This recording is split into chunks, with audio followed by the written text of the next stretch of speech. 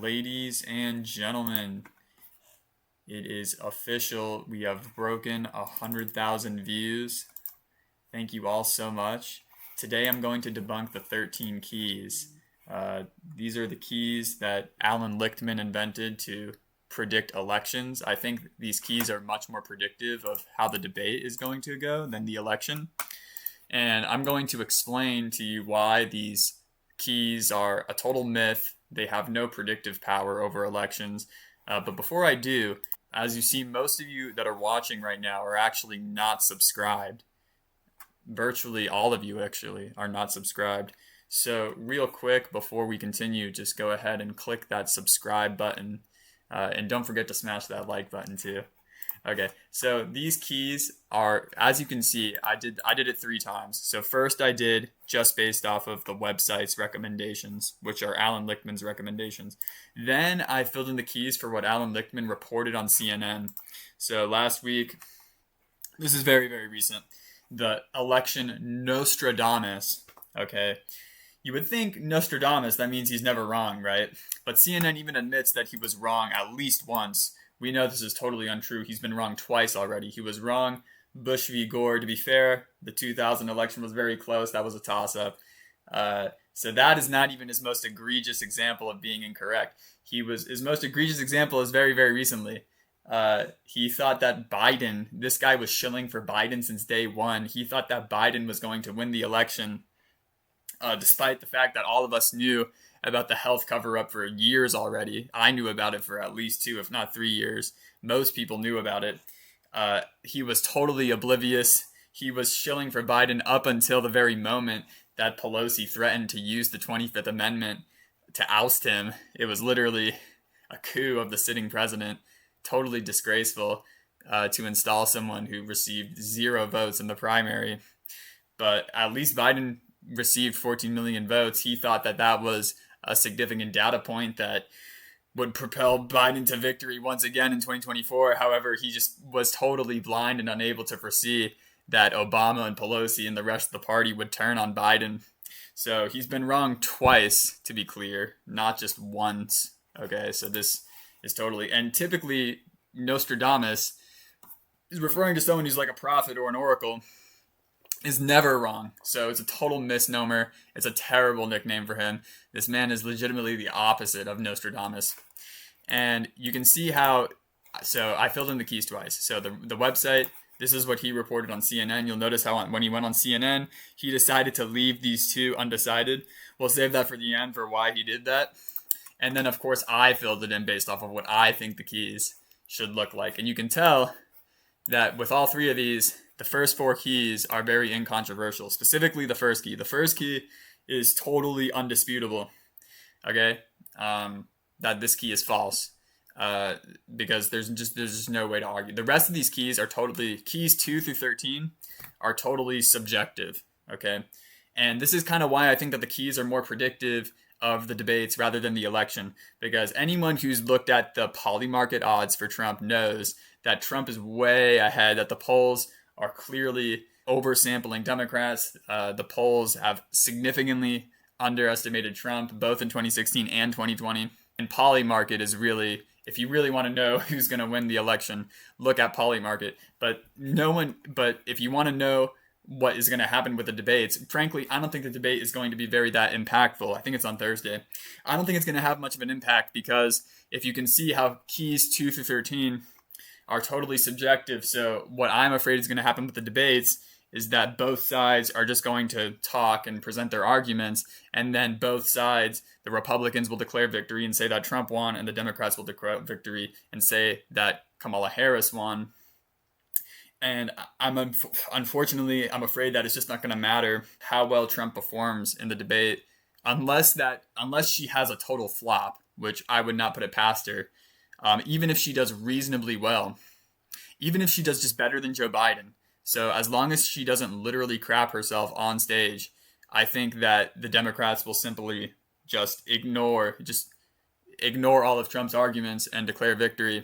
And I think that filling out the keys is kind of the way, right? So you can kind of tell that they're going to do this already, just by all the fake headlines on Twitter. Again, their campaign is nothing. They have their candidate can't talk.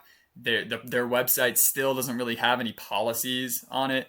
Okay, so their campaign, it's not really based on any substance or policy. It's just based on making fake headlines, rewriting fake headlines on Twitter, buying fake headlines from Google, and so this is sadly what it's become. You can see that and even if I give him the benefit of the doubt, even if I give all these keys to Kamala Harris that, 2 and 4, that she really doesn't deserve, any reasonable reading of the rest of the keys would predict a Trump victory. Here's why. Number 2, no primary contest. Well, they coronated the candidate, so it's totally subjective how you fill that out. Okay, but he for some reason just wants to give that to her.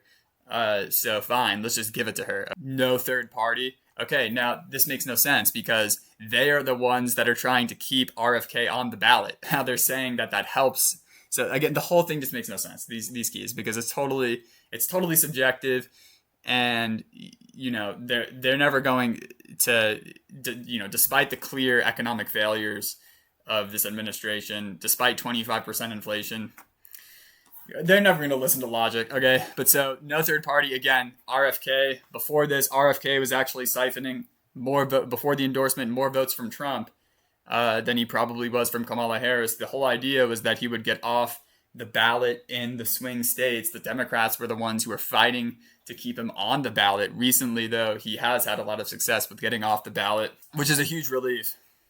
Because the evidence, indicates that having a third party would actually damage Trump more than Kamala Harris. But so whatever, fine, we'll just give them this key. I mean, she's not. I mean, if I give her these 2 keys, 2 and 4, she's not realistically going to get any of these other keys anyway, because they don't. The only reason why I would give her a strong short-term economy is because the Fed is lowering rates right before the election. So that's the only reason why I would write that as lean blue. But in terms of having an actually strong long-term economy, that seems pretty unlikely when your only strategy is printing more money. So I would put that as tilt red.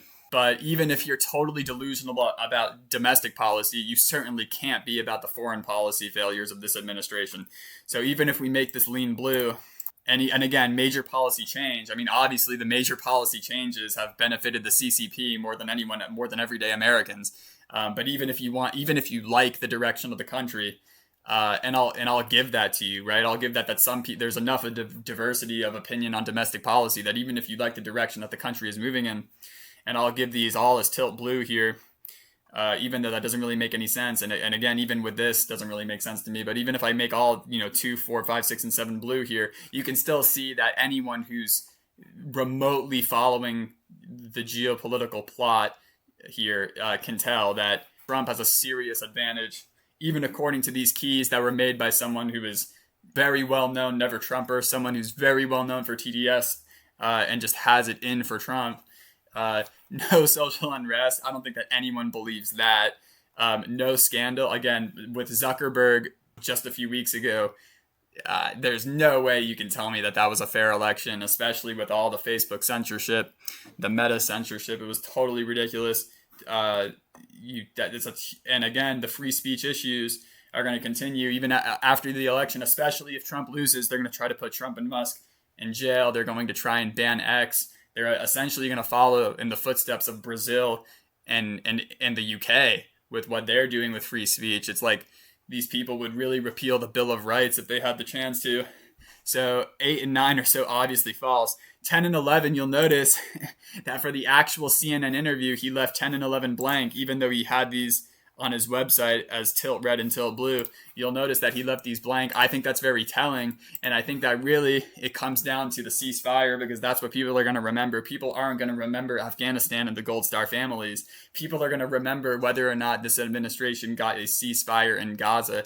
And anyone who has seen the recent, Bibi's recent press conference, anyone who's seen the messaging coming from the Netanyahu government knows that we are nowhere close to a ceasefire. And that's because we're not just going to agree to a ceasefire that would just be a terrible deal for us, that would create the necessary preconditions for another October 7th. Without securing the Philadelphia corridor, if Hamas is simply allowed to survive in whatever limited capacity they remain and declare victory, All Yaki Sinwar has to do is simply come out of a tunnel alive and tell his people, hey, I'm still alive over here. That's all he has to do. They have an endless army of children and young people that they can repopulate Gaza with. So the Palestinian problem is not going anywhere. There's no evidence that this administration is anywhere close to a ceasefire. Bibi already got out more than half the hostages that were taken. Frankly, the hostages, we all want the hostages to come home, but you can see that having that as your second of 3 military objectives is kind of controversial. It really is kind of defeating the purpose of the other 2 objectives, because you can't value, if you value the hostage, if that's your second priority, which Bibi has stated for himself, and I think Bibi is actually trying to appear hyper rational about this, like he would potentially be in favor of a ceasefire or a hostage deal, but that's become increasingly unlikely after the recent massacre of 6 hostages. Well, I think that Bibi really should have just taken a more moral and principled stance from the beginning, and he should have simply changed the priorities. He shouldn't have made hostages the second priority of 3 priorities, because it literally is self-contradictory. We cannot, fight this war to its completion effectively while taking this level of care and concern for the hostages. Unfortunately, it's more in preventing the next October 7th, in my opinion, is more important than the hostages. And I think that this war is living proof of that. I think that Gilad Shalit, people forget that Yaki Sinwar is only alive and well and operating in the region because we traded him for Gilad Shalit all those years ago in a hostage deal, which was a terrible deal where we only got 1 soldier for the release of tons and tons of terrorists. So until we get the death penalty for terrorists, and we won't have deterrence in the region. And without deterrence, there's not going to be any major foreign policy successes in the Middle East. Because to be successful in the Middle East, you have to establish deterrence. Even he admits that it's likely false, but on CNN he left it undecided. I think he admitted that possibly because of Afghanistan, the withdrawal, the pullout from Afghanistan was like the biggest military failure, certainly that I remember in my lifetime. It was terrible. It was awful. And on top of that, the Gold Star families have already come out and endorsed Trump. And it doesn't surprise me. This is a terrible administration that doesn't care about the Gold Star families at all. They were literally 10-15 minutes away from, and they were invited and they still didn't come. Major foreign policy successes. I think he put this as likely true. I don't know why, but he certainly decided to leave it as undecided. I think he's hoping, pending a ceasefire that is never going to come for the reasons that I just explained to you, that this key will go blue. But I just don't see any way for that to happen. So I see both of these, in my opinion, are going to go red. And then here you can see that we have another disagreement here. The charismatic incumbent versus the uncharismatic challenger. I think that his perspective on this is totally warped, in my opinion, because first, he does agree. He did fill this as the key 12 as a red. That we can agree on, that this is just like the least charismatic incumbent. And that's what we're hoping, is that the American people are going to want to fire her as the incumbent, because day one was 3 years ago. So why hasn't she done anything if her policies are so great? So I think that 12 we agree on. 13, I think again, you can tell that this is someone who just hates Trump and can't see past it. He has total TDS. Especially after the shooting in Butler, Trump is, he was already very charismatic before this. He's been one of the most famous people on television in America for decades. And the fact that now he's essentially a national hero just for demonstrating courage under fire and pumping his fist in the air in Butler, Pennsylvania, that I think that this key is I would put this as red. I think he's totally wrong about that.